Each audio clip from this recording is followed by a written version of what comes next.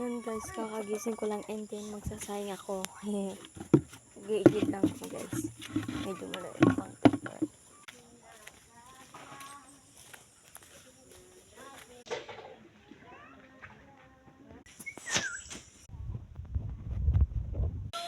Yan guys, ang tanawin dito sa amin.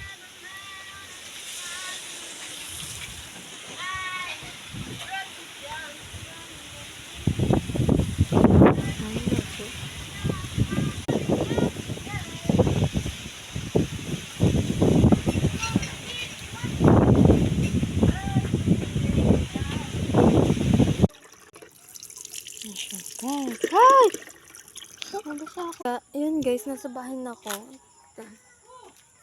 Wala ko lighter. Ayun guys, dito ata matutulay kasi walang lighter.